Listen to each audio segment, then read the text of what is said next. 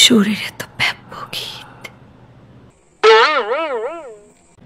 থার্মোমিটারটা বের করো, জ্বর মাপি। না লাগবে না, আমি ঠিক আছি। কিসের ঠিক আছে? আগে কিন্তু সবার ঘরে ঘরে থাকতো মজা, মাস্তি, আনন্দ, হাসি। আর এখন সবার ঘরে ঘরে আছে জ্বর, সর্দি, গায়ে ব্যথা ও কাশি। এই সময়ে যাদের জ্বর কাশি হয়নি তারা মানুষ না, এলিয়েন।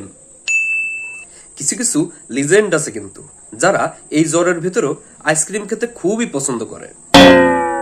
ছোটবেলা থেকেই একটা জিনিস দেখছি যে বৃষ্টিতে ভিজলে নায়ক নায়িকাদের প্রেম হয় আর আমজনতার জ্বর, সর্দি, কাশি হয়।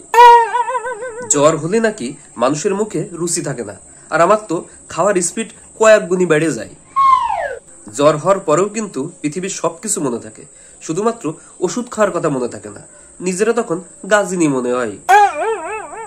এক্স এর জন্য একটা মেসেজ, ভালো যদি নাই বাসবা তাহলে জ্বর হইছে জেনে ওষুধ খাওয়ার কথা বলতে কেন।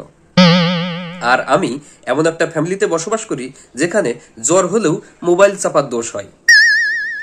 আবার কিন্তু অনেক পাবলিক আছে যাদের ঠান্ডা গরমের জন্য জ্বর হয় না, কোন একটা কাজের কথা তাদের বললে তাদের এমনিতেই জ্বর চলে আসে। যখন বাড়ির সব মানুষগুলোর একসাথে জ্বর, সর্দি, কাশি হয় তখন মনে হয় কি এই প্যারাসিটামল ভাত তরকারির ভিতর গুলাই দিই।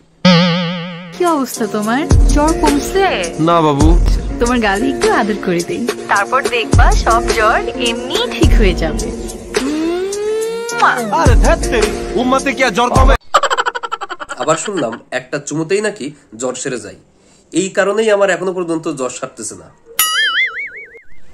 নদীর বুকে জ্বর, আমি কি তোর, একটা চুমু পেলে আমার সেরে যাবে জ্বর।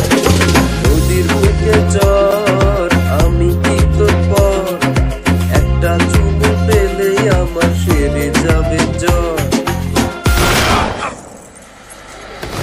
রে গান বন্ধ করলি কেন? বাজা।